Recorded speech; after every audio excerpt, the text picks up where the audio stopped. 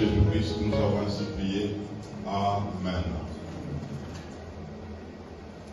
Nous sommes dans notre sous-thème. En Christ, nous avons l'espérance. Et nous sommes en train de répondre à cette question. Comment vivre dans l'attente? Depuis dimanche passé, nous sommes entrés dans le vif et en train de répondre à cette question. Et nous avions dit qu'il s'agit d'une attente active et non pas une attente passive. Nous avons quelques textes qui vont nous aider encore pour ces jours. Le premier, nous les tirons dans Matthieu chapitre 25. Du premier verset au verset 12.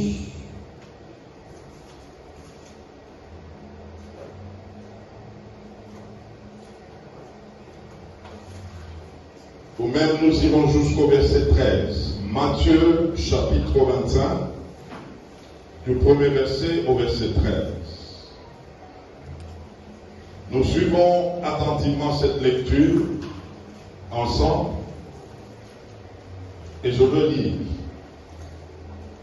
Alors le royaume des cieux sera semblable à 10 vierges qui, ayant pris leur lampe, allèrent à la rencontre de l'époux. 5 d'entre elles étaient folles et 5 sages. Les folles, en prenant leur lampe, ne prirent point d'huile avec elles. Mais les sages prirent avec leur lampe de l'huile dans des vases. Comme l'époux tardait, toutes s'assoupirent et s'endormirent. Au milieu de la nuit, on cria, voici l'époux, allez à sa rencontre. Alors toutes ces vierges se réveillèrent et préparèrent leur lampe. Les folles dirent aux sages, donnez-nous de votre huile, car nos lampes s'éteignent. Les sages répondirent, non, il n'y en aura pas assez pour nous et pour vous.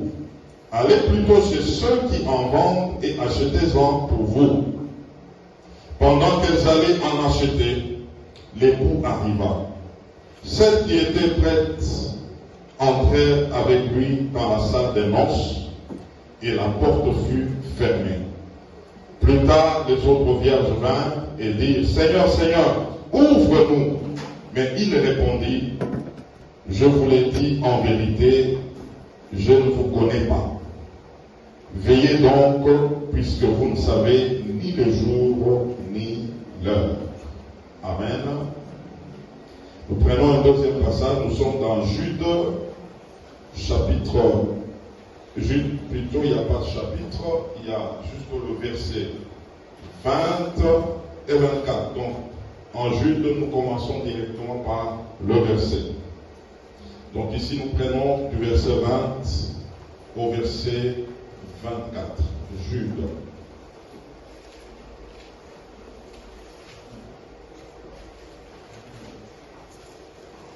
Jude, c'est avant Apocalypse. Du verset 20 au verset 24. Pour vous, bien-aimés, vous édifiant vous-même sur votre très sainte foi et priant par le Saint-Esprit, maintenez-vous dans l'amour de Dieu en attendant la miséricorde de notre Seigneur Jésus-Christ pour la vie éternelle. Reprenez les uns ceux qui contestent, sauvez-en d'autres en les arrachant du feu, et pour d'autres encore, ayez une pitié mêlée de crainte, haïssant jusqu'à la tunique souillée par la chair. Or, à celui qui peut vous préserver de toute chute et vous faire paraître devant sa gloire irrépréhensible et dans l'allégresse. Amen. Et nous prenons Éphésiens chapitre 8, enfin, verset 18. Éphésiens chapitre 6, plutôt. Il n'y a pas de verset, il n'y a pas de chapitre 8 en Éphésiens. Le dernier, c'est le chapitre 6. Éphésiens 6, le verset 8. Faites en tout temps par l'Esprit toutes sortes de prières et de supplications. Veillez-en à cela avec une entière persévérance et priez pour tous les saints. Amen. Que Que le Seigneur vous bénisse abondamment. Que le Seigneur vous bénisse abondamment.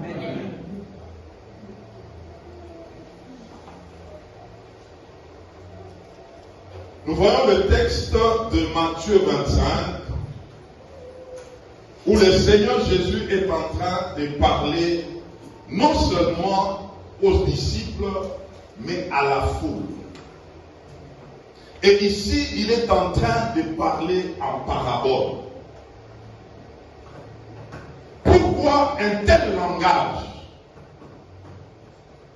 En réalité, Jésus-Christ savait que tous ceux qui les suivaient n'avaient pas la même motivation ou les mêmes mobiles. Il y a ceux qui les suivaient par curiosité. Il y a ceux qui les suivaient parce qu'ils s'attendaient à ce que Jésus-Christ soit juste une réponse pour eux. Mais en dehors de tout ça, ils ne voulaient pas en réalité connaître ce qu'il était ou connaître Dieu. Mais c'était soit chercher à les trouver, à trouver des petites bêtes, des petites fautes, ou encore pour résister par après. Et connaissant cela, Jésus-Christ avait un langage de parabole. Et ceux qui s'intéressaient à lui s'approchaient davantage pour lui poser maintenant des questions. Seigneur, qu'est-ce que tu as voulu dire?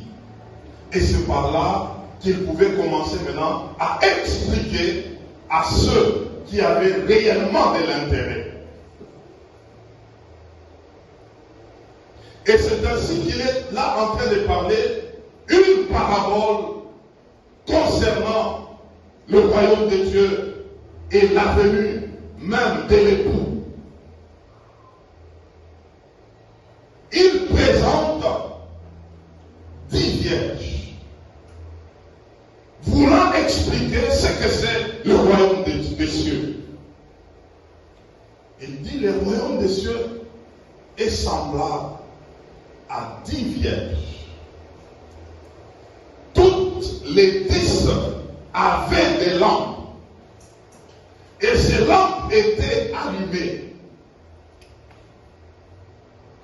Toutes 10 étaient des vierges. Elles avaient des lampes.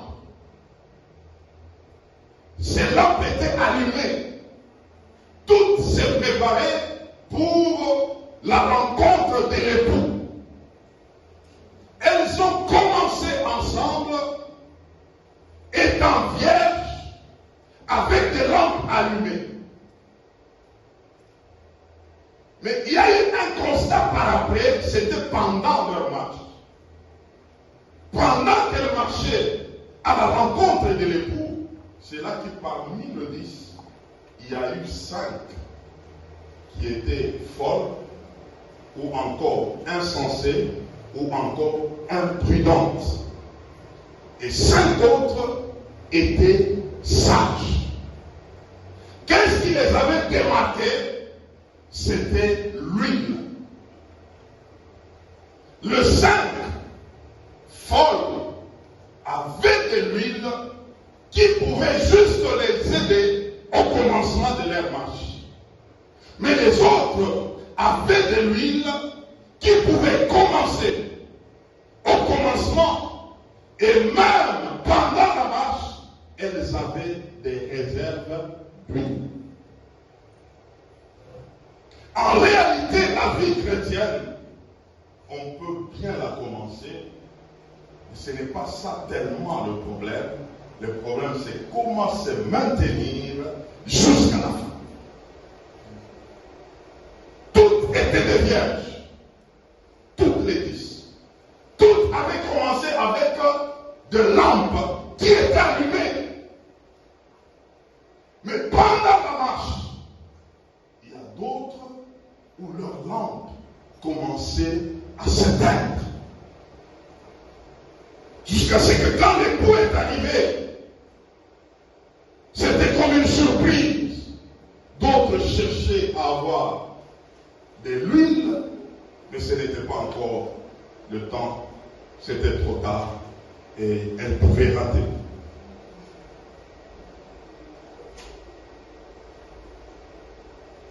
J'aimerais que tu poses la question à ton voisin. Depuis que tu as commencé ta vie avec Dieu, est-ce que tu progresses ou tu fais des sous-places? Est-ce qu'il y a-t-il un changement ou tu es toujours comme sous le point de départ? Il est important de savoir si nous faisons des progrès ou si nous ne faisons pas de progrès. Est-ce que tu fais des progrès? J'aimerais que tu demandes à ton voisin.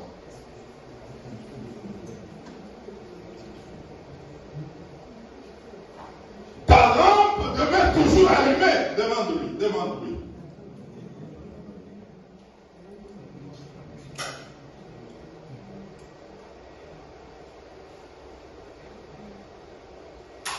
Vous savez, quand on s'est converti, il y a deux opérations qui se passent. C'est-à-dire la première, nous recevons la parole de Dieu.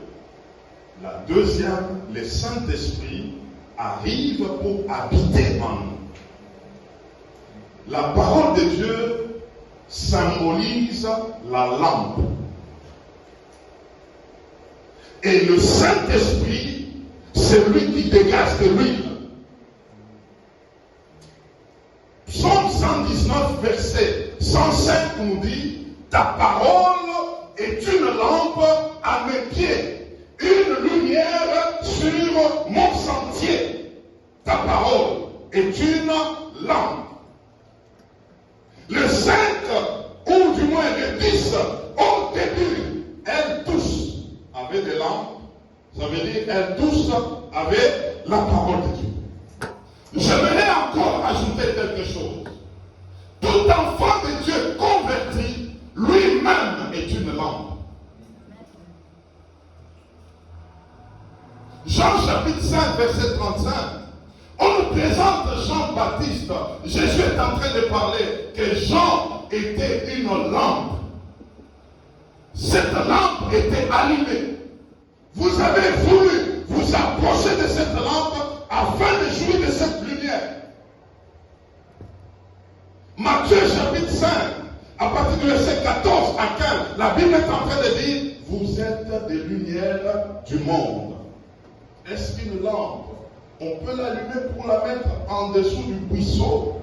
On parle de toi et de moi qui est né de nouveau. Nous sommes des lampes.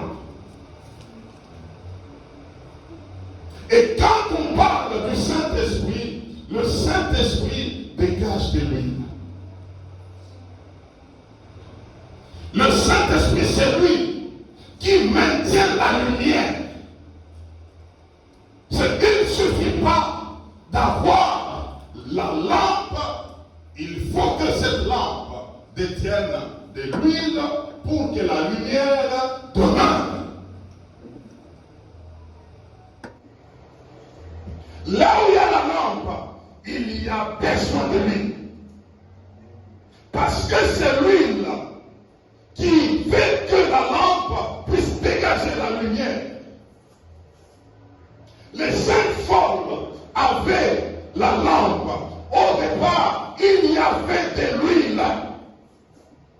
Elles ont coûté à la conversion. Quelqu'un qui est converti, il y a l'huile qui arrive par le Saint-Esprit.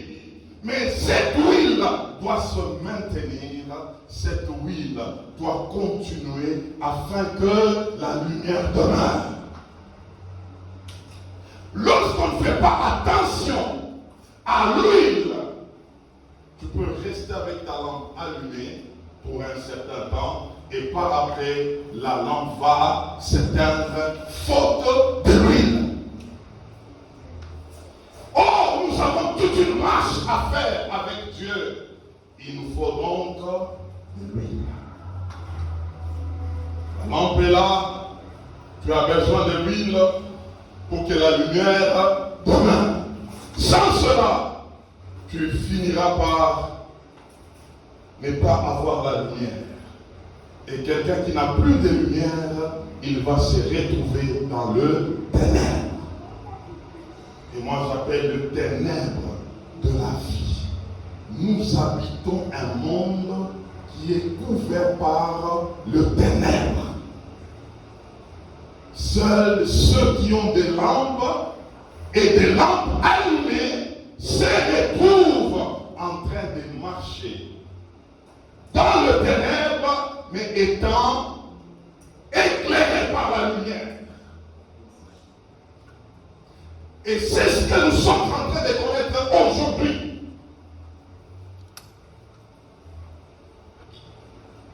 Le vierge folle avait commencé avec leur lampe allumée, mais elles ne savaient pas qu'il fallait marcher ayant des réserves d'huile. Elles se sont contentées de la première huile du départ. Tu pouvais être converti, mais cela ne pouvait pas suffire pour que tu marches avec la première huile. Tu as besoin de renouveler ton huile. Tu as besoin d'en faire des réserves afin que ta lumière demeure. Sinon, mon frère, tu vas te retrouver avec une lampe où il n'y a plus de lumière parce que l'huile a déjà cessé d'alimenter la lampe pour que la lumière demeure et tu vas te retrouver dans le ténèbre. Vous savez, ce qui se passe aujourd'hui dans beaucoup d'enfants de Dieu, tout ce qu'ils peuvent connaître comme confusion, problème, en réalité, c'est parce qu'il manque l'huile. Leur lampe ne s'allume plus. Parce que la lampe ne s'allume plus. Tu es dans les ténèbres. Le ténèbre, tu ne vois pas. Et c'est comme ça quand quelque chose arrive, tu ne vois pas la chose, tu subis la chose. Parce que c'est le ténèbre qui couvre toute la terre. Vous savez, tu peux poser la question où quelqu'un peut se retrouver dans des situations compliquées, mais il ne sait pas exactement ce qu'il faut faire. Il y a même d'autres, il se défend, même dans des choses qui ne paraissent pas être normales pour un enfant de Dieu. Le vrai problème, il n'y a pas d'huile. La lumière n'éclaire pas, et donc la personne peut se retrouver dans le ténèbre et en train de faire des choses de ténèbres, mais sans pour autant se rendre compte, parce que la personne ne voit pas.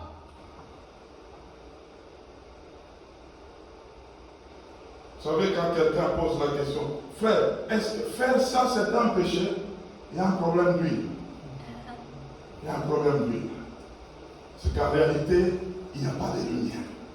La personne ne voit pas. La personne peut s'engager à des choses, en réalité, que lui-même ne maîtrise pas parce qu'il lui manque l'huile. C'est l'huile qui maintient la lumière. Et quand tu as la lumière, tu verras clair. Ces 5 filles vierges, folles, avaient un problème de manque, le manque d'huile. Et ça les a causé des problèmes à l'arrivée de l'époux. Elle pouvait s'assoupir, elle pouvait dormir. Qu'est-ce qu'il faut pour nous ce matin, parce que nous sommes en train de parler de comment attendre. Et cette attente pour nous doit être pas non passive, mais active. Vous savez, quand on manque l'huile, on sera même incapable d'attendre. On ne peut pas attendre. Quand on manque l'huile, on ne saura pas tenir dans ce monde, parce que ce monde l'huile est allumée pour éclairer afin que tu voies clair.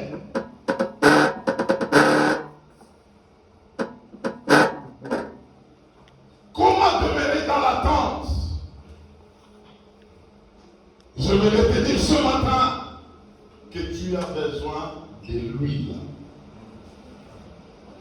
Dis à ton voisin, tu as besoin de l'huile.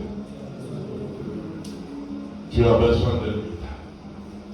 Sans cela, tu vas demeurer dans les ténèbres. Il te faut de l'huile. Si je pouvais dire directement en ce qui concerne ce message, pour attendre, tu as besoin de l'huile. Pas l'huile avec laquelle tu avais commencé. Ça, c'était l'huile d'entrée. Mais tu as besoin d'une permanence d'huile. Et c'est cette permanence d'huile qui va te maintenir dans la chambre, qui va te maintenir dans la connexion avec Dieu, qui va te maintenir dans l'amour de Dieu, qui va te maintenir, qui va te garder jusqu'à ce qu'il vienne. Tu vas demeurer ferme parce que tu as cette huile, ta lampe reste toujours allumée et tu peux marcher avec en train d'attendre. Sans cela, oh, ça sera compliqué. L'huile, c'est ce catalyseur. L'huile active notre relation avec le Seigneur. L'huile nous connecte à cette relation avec le Seigneur. Et comment accéder à cette huile?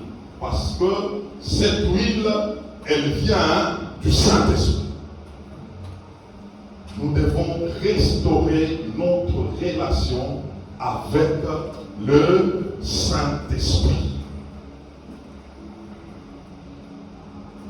Restaurer notre relation avec le Saint-Esprit. Travailler avec le Saint-Esprit. Et comment le faire?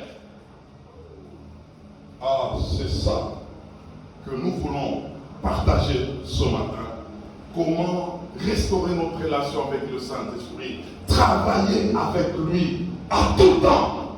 Comme Philippiens chapitre 6, verset 18 nous dit que nous devons prier par l'Esprit en tout temps. Le Saint-Esprit, on garde la relation permanente avec lui par la prière. Et pas n'importe quelle prière. Je veux vous dire ce matin que il y a prière et prière. Il y a prière sous la poussée du Saint-Esprit. C'est lui-même qui nous amène à prier. C'est lui-même qui est en connexion avec nous. Et j'appelle ça toujours, c'est la prière en langue. Ou la prière en esprit. Vous savez, mes frères, pourquoi beaucoup de lampes sont éteintes? C'est parce que pour la plupart des gens, ils font une vie chrétienne sans le Saint-Esprit.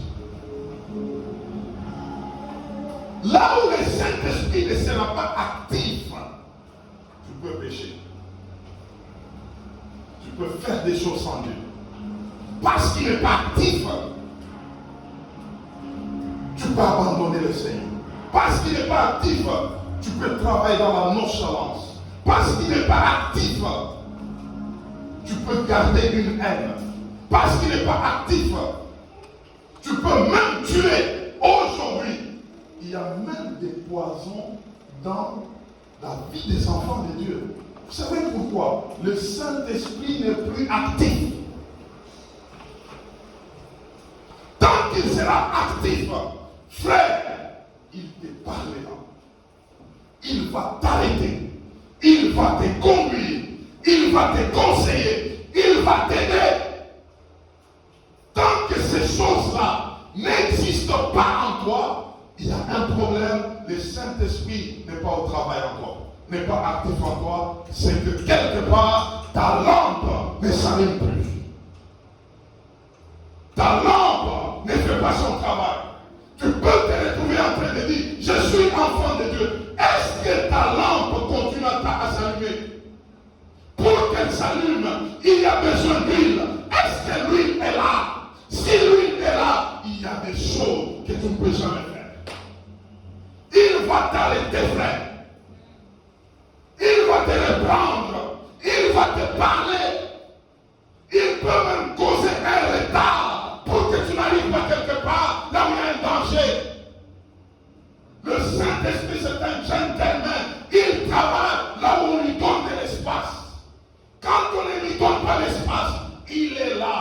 tranquille, il ne fait pas, il est inactif.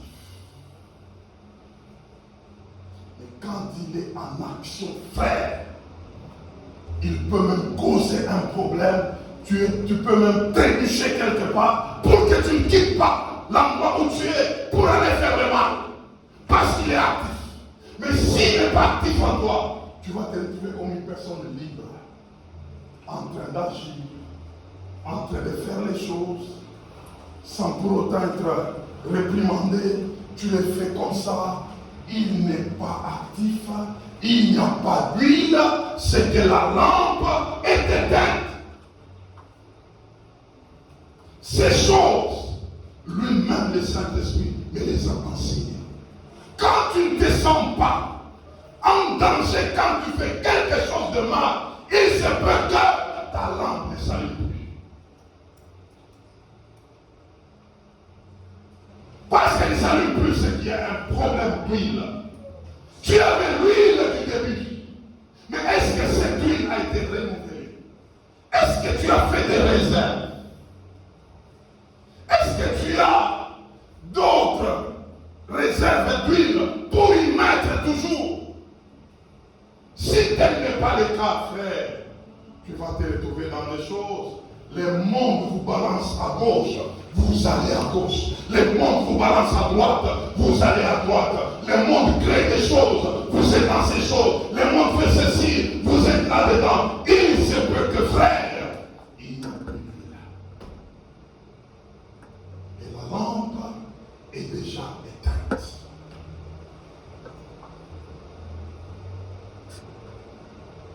Que fait le Saint-Esprit?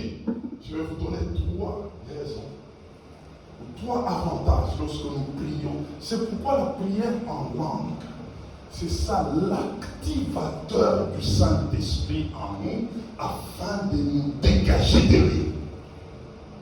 Plus tu pries en esprit, le Saint-Esprit est en train de te fournir de l'huile. Et plus il te fournit de l'huile, ta lampe demeure comment? Allumée. Plus tu es en lui, plus tu travailles avec lui toujours, il y a fourniture d'huile. Il te fournit en huile. Plus il te fournit de l'huile, autant d'huile, ta lampe est allumée. Parce que ta lampe est allumée, tu es en train de voir clair. Là où il y a un trou, tu vois le trou, tu passes outre. Là où il y a un problème, tu ne t'engages pas. Parce que ta lampe est allumée, le Saint-Esprit te fournit de l'huile. Et ça se passe en prière, et la prière en esprit. L'action que le Saint-Esprit fait premièrement, lorsque nous prions en esprit, il amène notre esprit à être édifié. L'édification de l'homme-esprit. Ton esprit, plus tu pries en langue, ton esprit est en train de se bâtir. Ton esprit est en train de se construire. Ton esprit est en train de se lever, est en train de grandir lorsque tu es en esprit. Ton esprit est en train de prendre forme. Ton esprit est en train de se développer. Vous savez, mes frères, l'homme, sa force n'est pas l'extérieur. Sa force, c'est l'intérieur. Si ton intérieur n'est pas fort, tu vas tomber, frère. Tu ne peux pas tenir, frère. Le monde tel qu'il est conçu, l'extérieur ne peut pas tenir. C'est pourquoi l'homme, ce n'est pas ce que l'on voit. L'homme, il est intérieur.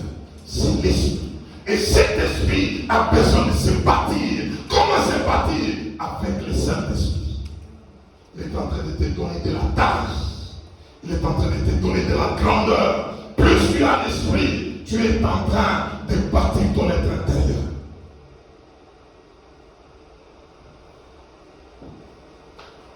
Sans cela, frère, une petite tentation, tu tombes.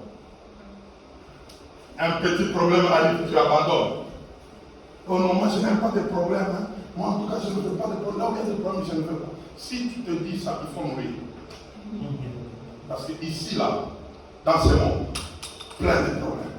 Il y a seulement ceux-là dont l'intérieur est fort. t'aimer, frère. Et le Saint-Esprit est là pour ça. Lorsque tu travailles avec lui, tu es dans ce pourquoi faire. Ici, je parle de la prière en langue comme prière. Tu peux la faire matin, midi, soir. Matin, midi, soir. Et elle bâtit ton être intérieur. Elle te rend fort. Elle te rend puissant. Elle te rend résistant. Il y a des choses qui arrivent, tu peux tenir pour dire non, ça ne peut pas me mettre par terre. Tu peux dire je vais traverser, tu peux dire je vais avancer. C'est la force intérieure qui vient par le Saint-Esprit. Et lorsque nous l'associons dans la prière, voilà ton voisin, prie-tu en. Demande-lui. Pendant combien de temps?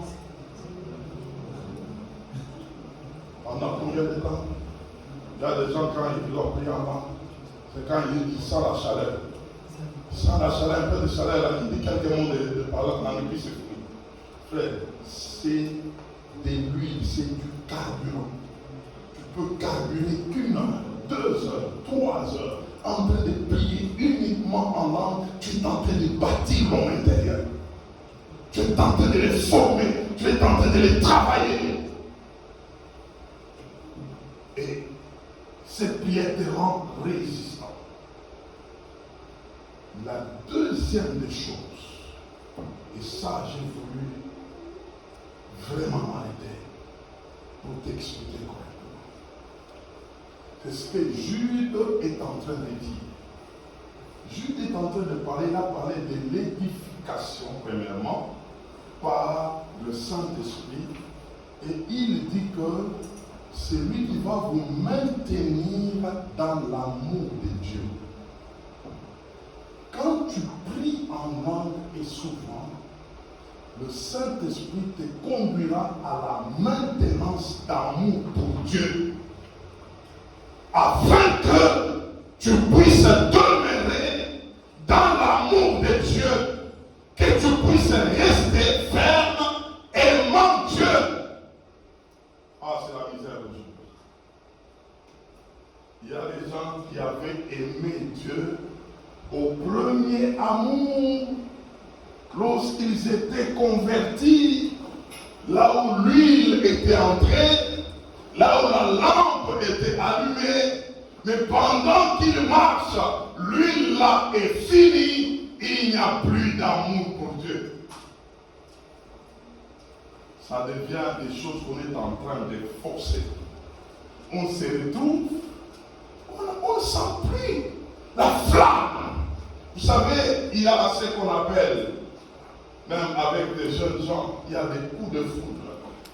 Les coups de foudre là, c'est quelqu'un qu'on a réveillé là, il s'est dit, bon, il est non, en tout cas, moi c'est celui-ci, moi, donc tu ne comprends même pas pourquoi, il y a quelque chose qui t'a frappé, tu ne dors pas, tu fais des insomnies, et puis quelques temps après, tu vas l'appeler démon un jour. Si je savais, en tout cas, je me suis donné vraiment, je croyais que. Mais avec le Saint-Esprit, ce n'est pas le coup de foudre. Le Saint-Esprit, lui, est en train de maintenir un amour depuis le départ, jusqu'à pendant que tu marches, jusqu'à l'attendre. L'amour demeure toujours dans cette chaleur. Plus tu pries en esprit, tu sentiras toujours que Dieu est à côté de toi, que Dieu est avec toi. Il y aura toujours la portion d'amour pour ce Dieu. Combien de personnes continuent à aimer Dieu comme ils l'avaient aimé au premier jour? Et c'est comme ça que ça devient difficile. Les choses qu'on ne pouvait pas faire dans le premier amour de Dieu, aujourd'hui on se retrouve, on dit non, en tout cas, bon, tous nous savons que nous prions, tous nous savons que nous avons des problèmes, mais voilà que mon Dieu, nous savons qu'il est là. Dieu, nous savons qu'il est là. Mais or, il fut des moments où tu pouvais rester avec Dieu, en train de contempler son amour, en train de proclamer des paroles d'amour devant ce Dieu. Mais maintenant, cet amour n'est plus. pourquoi Apocalypse 2, le verset 4 est en train de nous dire que tu dois te rappeler de ton premier amour. Premier amour. Comment tu avais commencé avec Dieu? C'était comment? Est-ce que cet amour continue jusqu'à aujourd'hui? Manque d'huile. Lumière éteinte. On se retrouve, on commence à forcer les choses. Commence à forcer les choses. Ça devient de l'amour parce que bon, vous savez, il y a des gens maintenant aujourd'hui, parce qu'on sait qu'ils sont chrétiens, entre guillemets, ils se disent, bon, si j'arrête, je peux scandaliser les gens. Bon, allons-y seulement. Et c'est comme ça qu'il y a même de ces couples où il n'y a plus le premier amour. Mais ils se disent seulement, restons. Parce que tout le monde sait que nous sommes mariés. Si nous nous laissons, nous allons scandaliser les gens. Mais en réalité, il n'y a plus rien. C'est lui qui ranime l'amour, qui maintient cette chaleur. Ce n'est que le Saint-Esprit. C'est celui-là. Plus tu le pries, il est en train de t'approcher de Dieu. Il est en train de te fournir son amour. Vous savez, frère, je vais vous dire une chose ce matin. Pour aimer Dieu, il faut comprendre comment Jésus t'a aimé. Ah, je reprends ça. Pour aimer Dieu et se maintenir dans cet amour, il faut que tu arrives à comprendre comment Jésus t'a aimé. Et celui qui nous fait comprendre comment Jésus nous a aimés, c'est le Saint-Esprit.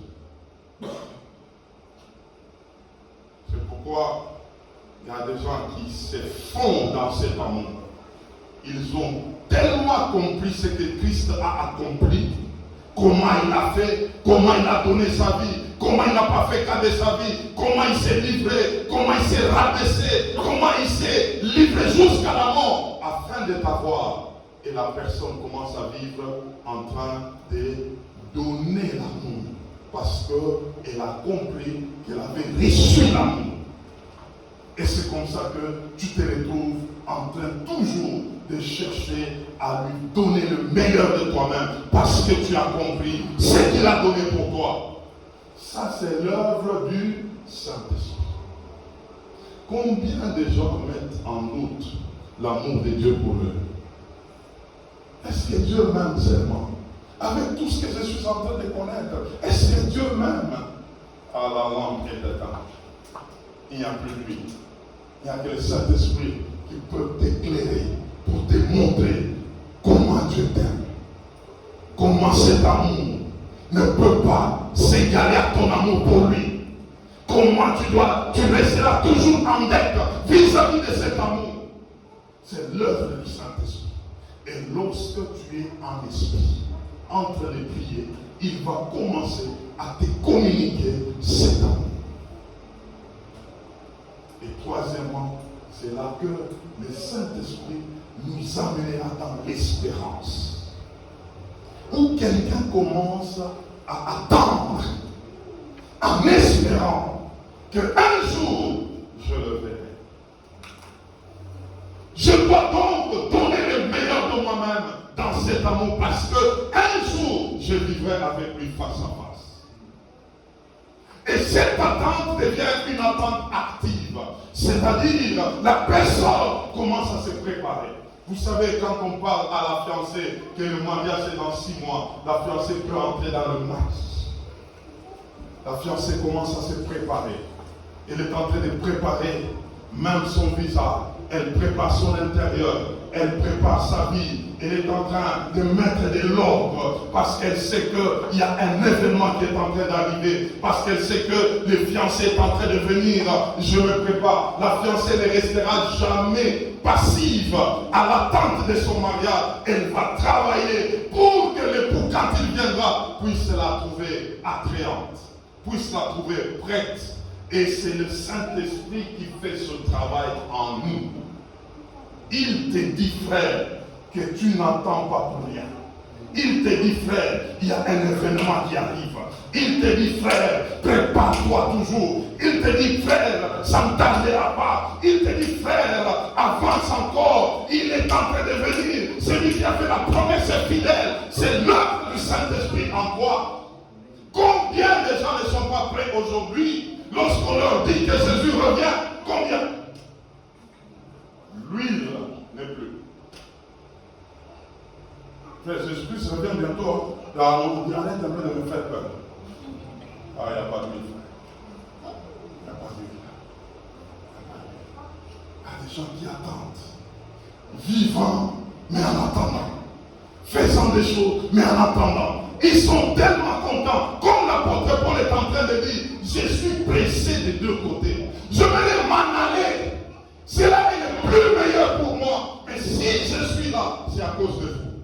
Je vais rester avec vous afin de vous préparer pour qu'ensemble, nous ne puissions pas rater ces grands jours. Frère, si quelqu'un peut vivre ainsi, c'est une personne qui a trouvé. Comment va ton voisin? Pourquoi tu ne veux pas mourir?